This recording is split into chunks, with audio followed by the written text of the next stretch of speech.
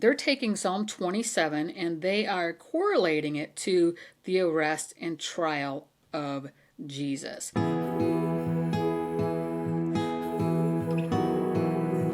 Hello! So this is the very last study of our slow, meditative, layered study of Psalm 27.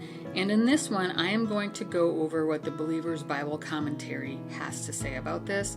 It says, all I did in my text here, in my journaling Bible, this is my journaling Bible that I have yet to do a review of, but I will get around to it. Anyway, all I'm doing in here is just putting this post-it note right here. And it just says that every verse in Psalm 27 aligns with what Jesus went through his last days. And that's from the Believer's Bible Commentary. So that's all I'm doing in the text. Now, let me go ahead and show you the Believer's Bible Commentary. I did do a review on this. This is what it looks like. I just put this here just so it will lay flat. And I'm in the introduction here. And I just wanted to read a couple of things here. Interpreting the Psalms, the distinction between Israel and the church is maintained throughout the Believer's Bible Commentary. Many of the Psalms, especially the ones which call down curses on the wicked, were entirely appropriate for Jews living under the law, but are not suitable for language for believers of the church age. In this age, we are urged to love our enemies and to do good to those who despitefully use us. Unless we recognize this important dispensational difference, we will encounter severe problems in interpreting the Psalms. Every careful reader of the Psalms quickly notices that there is a close parallel between the experiences of the psalmist, the nation of Israel, and the Lord Jesus Christ. All three experienced persecution, suffering, sorrow, hatred, and abandonment. This is kind of important to what we're going to be going over today. As well as exaltation, glory, and jubilation. We point out these similarities frequently in the BBC. BBC is Believer's Bible Commentary. Applying the Psalms, and this is important also for us today. While not all of the Bible is written directly to the church, all scripture is profitable for the church. We can find comfort, teaching, rebuke, and exhortation in the Psalms as we see our own experiences mirrored in those of the psalmist. So, that is what I basically wanted to roll out to you. Now, coming to the actual psalm itself, it's they're taking Psalm 27 and they are correlating it to the arrest and trial of Jesus. And so what I'm going to do is I actually pulled this up on Blue Letter Bible, and I'm going to show you the correlations as we go through it, and I'll read a little bit from what this says, but let me just read this little introduction here.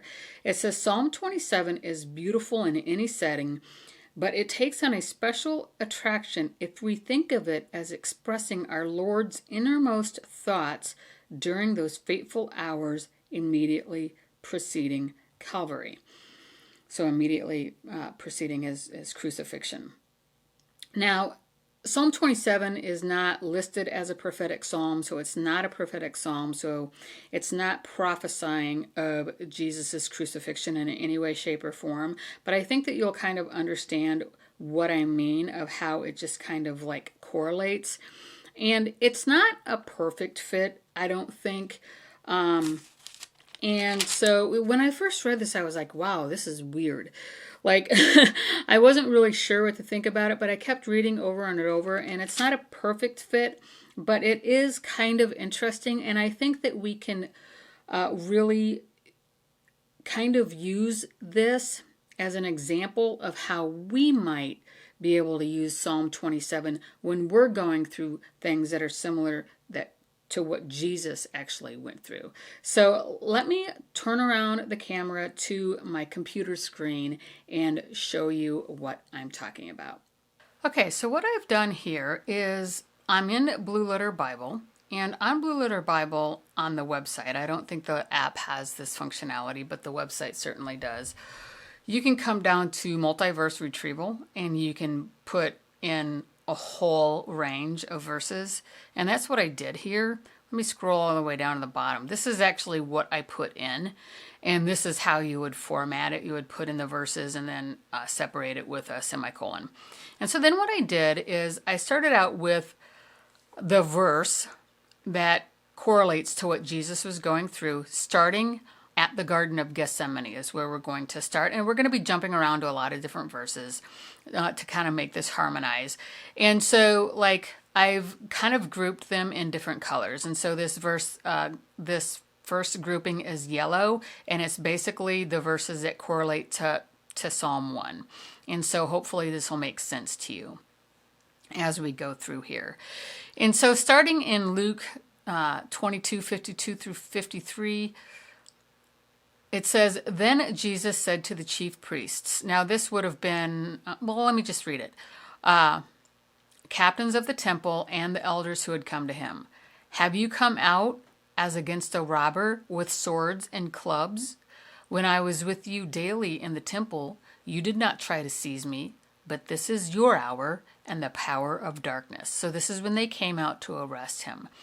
So, and he says, but this is your hour and the power of darkness. And so how the Believer's Bible Commentary correlates that to verse 1 in Psalm 27 says, "The Lord is my light and my salvation. Whom shall I fear? The Lord is the strength of my life. Whom shall I be afraid?" So, he's saying, like, this is your hour. You are of darkness, but I am not afraid of you because, God is my light. Now, remember that, Jesus was fully human. So, we're just kind of keeping that in mind, that Jesus was fully human. And it also does say, I think it's right here, I have it pulled up. 1 Peter 2. 21 says, "For this you were called, because Christ also suffered for us, leaving us an example that you should follow in his steps, who committed no sin, nor was deceit found in his mouth, who when he was reviled did not revile in return, when he suffered he did not threaten, but committed himself to him who judges rightfully." So basically what the reason why I'm pulling this up is we can see that Jesus could have very well have been praying this right here, God, you are my light and my salvation. Like, I know that, you're going to save me through this. I know what my task is, and I'm not going to fear these people because you're the strength of my life. And you're my light, and you're my light in this darkness, because we're in an hour of darkness now. And so whenever we're facing something similar, we can pray the same thing. So now let's move on to the next one. And this kind of moves through fairly linear, I think, kind of, but we'll see. John 18:6 says, "Now when he said to him, 'I am he,'" because they said, this is still in the Garden of Gethsemane, they said, are you Jesus? And he said, "I am he." They drew back and fell to the ground. Now, Psalm 27 verse 2 says, "When the wicked came up to eat my flesh, my enemies and foes, they stumbled and fell." And so just an interesting correlation there. And also, we can just take courage that Jesus is our power and he's our strength. And when the wicked comes against us, eventually they're going to stumble and fall. If not in this lifetime, then in the next, for sure. When they are judged, they will stumble and fall. And so, we can hold on to that promise that he will do it again. Now, John 18:3 says, "Then Judas, having received a detachment of troops and officers from the chief priests and Pharisees, came there with lanterns, torches, and weapons." And Psalm 27:3 says, "Though an army may encamp against me, my heart shall not fear. Though war may rise against me, in this I will be confident."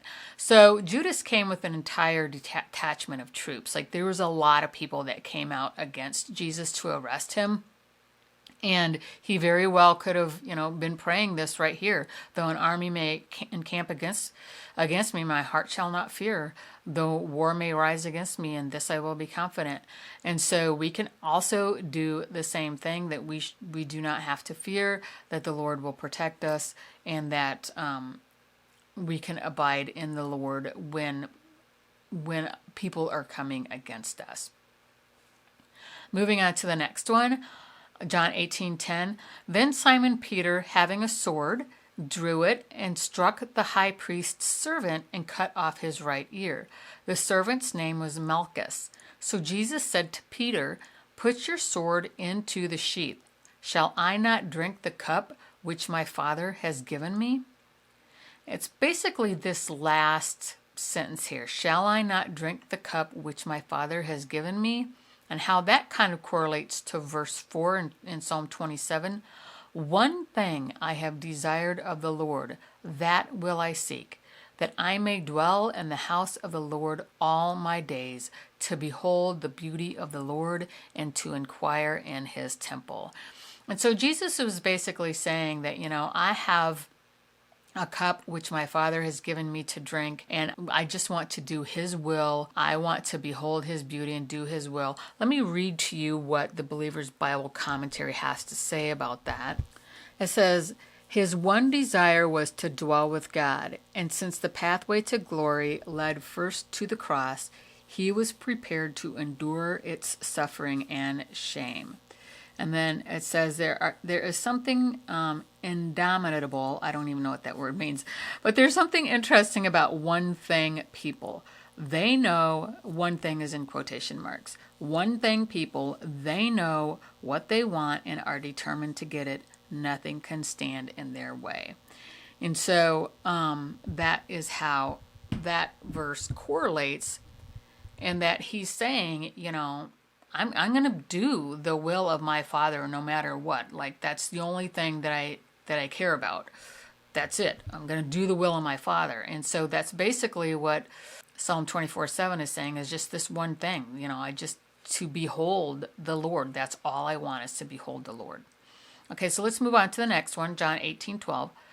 Then the detachment of troops and the captain of the officers of the Jews arrested Jesus and bound him. And so here he is, he's bound, he's arrested, right? And so the trouble is really starting now. Up until this time, they had come against him a lot, but they had never arrested him. So this is like where things are getting different and really heating up. And he very well could have been praying something like this from Psalm 27:5. For in the time of trouble, he shall hide me in his pavilion. In the secret place of his tabernacle, he shall hide me. He shall set me high upon a rock.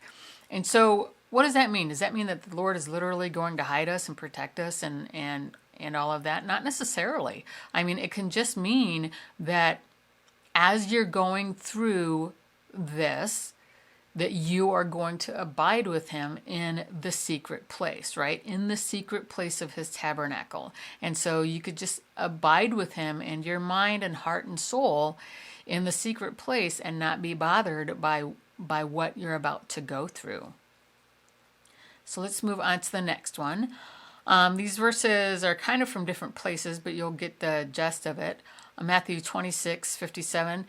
And those who had laid hold of Jesus led him away to Caiaphas the high priest, where the scribes and the elders were assembled. And then in John 18 it says, now it was Caiaphas who had advised the Jews that it was expedient that one man should die for the people. So that's who Caiaphas was. They took him to Caiaphas, and Caiaphas basically wanted to kill him. But Jesus said, I say to you, hereafter you will see the Son of Man sitting at the right hand of the power and coming on the clouds of heaven. And so how this correlates is in Psalm 27:6. He says, now my head shall be lifted above my enemies all around me. Therefore I will offer sacrifices of joy in his tabernacle. I will sing, yes, I will sing praises to the Lord. So how does this correlate exactly? He was saying to Caiaphas, he knew that Caiaphas wanted him dead, and he was saying, from here on out, you're going to see me at the right hand of God. I am going to be raised above you. And that's what he is saying. And now my head shall be lifted above my enemies all around me. And so we can say the same thing, even though someone might be coming against us, someone might want to do us harm. We can basically say that, I am protected. Like my God is God over all. And I am above whatever it is that you have planned for me. It doesn't matter, because the only thing that matters is where I am with God. So let's move on to the next one, Matthew 26, 65 through 66. Then the high priest tore his clothes, saying, "He has spoken blasphemy. What further need do we have of witnesses? Look now, have you heard his blasphemy? What do you think?" And they answered, "He is deserving of death." So it's coming down now where we're going to actually see that, they're going to put him to death.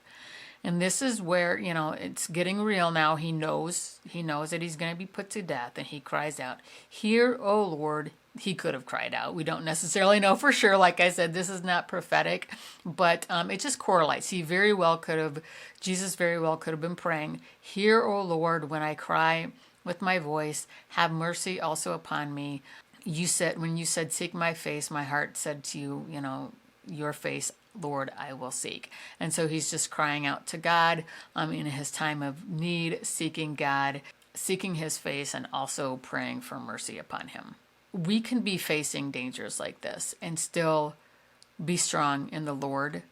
And we could still, we can be facing these things, kind of like know what's coming forward, and just cry out to God and seek his face. And then Matthew 26:56 says, "But all this was done that the scriptures of the prophets might be fulfilled. Then all the disciples forsook him and fled." And at that very time, Jesus could have been praying this from Psalm 27:9, "Do not hide your face from me." Everybody hid their face from him, like everybody fled, right? "Do not hide your face from me," he's praying to God. He could be. "Do not turn your servant away in anger. You have been my help. Do not leave me nor forsake me, O God of my salvation." Now we do know that the Father did allow him to die on the cross, but that was his will, and it was his cup to drink, and he did. And that was the Father's will that he would do that. But he still very well could have been praying that, and he actually was praying that in the Garden of Gethsemane. He was saying, "Let this cup be taken from me, but not my will, your will." So he had been praying this. So we know that this was not easy for Jesus. He was doing this in his human flesh. He didn't have any kind of like supernatural abilities to be able to go through this. He went through it as a human. So just kind of keep that in mind. If he went through it as a human, so we can go through things like this as well. Matthew 26:59 through 61. "Now the chief priests, the elders, and the councils sought false testimony against Jesus to put him to death, but found none." That 60 is verse 60. "But found none. Even though many false witnesses came forward, they found none. But at least 2 witnesses came forward and said, 'This fellow,'" meaning Jesus, "said, 'I am able to destroy the temple of God and to build it in 3 days.'" It's not exactly what he said. So Psalm 27:11 through 12 says, "Teach me your ways, O Lord, and lead me in a smooth path because of my enemies." And here's kind of like the main verse that correlates. "Do not deliver me to the will of my adversaries, for false witnesses have risen against me, and such as breathe out violence." And so they were lying about him, and lying about exactly what he said, what he meant about what he said. And he could have very well been saying, "Lord, Father, they're lying about me, And then the last couple of verses here, Matthew 27, "Pilate said to them, What then shall I do with Jesus who is called Christ? They all said to him, Let him be crucified. Then the governor said, Why? What evil has been done? But they cried out all the more, saying, Let him be crucified. Now Psalm 27:13 through 4, or just 13 basically says, so they're saying, Let him be crucified. And so they're telling that to Pilate, so Jesus knows that he's going to be crucified now, like it's happening now. And he could have very well, he's resolved to go through this. And he could have very well have been praying, I would have lost heart unless I had believed that I would see the goodness of the Lord in the land of the living, knowing that he's going to be resurrected, that he's going to be with God, the Father. And that is the land of the living, is in the Father's kingdom, is where the land of the living is. Because with humans, like, we're in the land of the dead, basically. And so, so he's just saying, I would have lost heart unless I knew that I was going to see you, Father, your goodness in your kingdom, in your living kingdom. Now, it doesn't have a correlation, the last verse of Psalm 27, verse 14, which says, Wait on the Lord, be of good courage, and he shall strengthen your heart. Wait, I say, on the Lord. But I will read to you what it says. It says, But how about the last verse of the psalm? How does it fit into our interpretation? Well, I like to think that this verse is Jesus's parting word to each of us. A little personal advice from heaven based on the Lord's own experiences in trusting his Father. Wait on the Lord, be of good courage, he shall strengthen your heart. Wait, I say, on the Lord. So we do know that Jesus oftentimes went to be alone with the Lord, and he had to endure the cross and wait during that painful crucifixion, and during the 3 days after, he had to wait before being resurrected, before he could be with the Father. And so this is just encouragement from him. So that's the whole video that I just wanted to kind of go through. Like I said, I don't know if it all perfectly fits, but it is very, very interesting. You can go through and, write all these verses down and kind of go through and study it out yourself.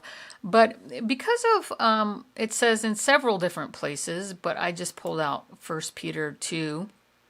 It just says that Jesus is our example. He suffered, and we probably will suffer.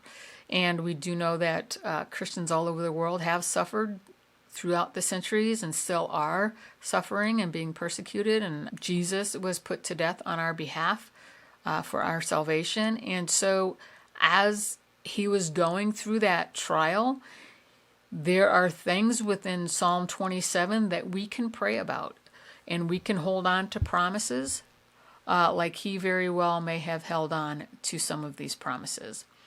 So that is all I have to share. And this is the last study of Psalm 27. If you are in the Psalm 27 study, you know that I will record a private prayer for you closing out this study.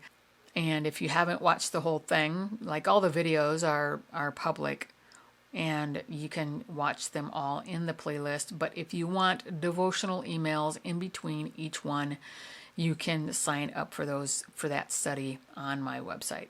So thanks for watching, and I'll see you in the next one. Bye.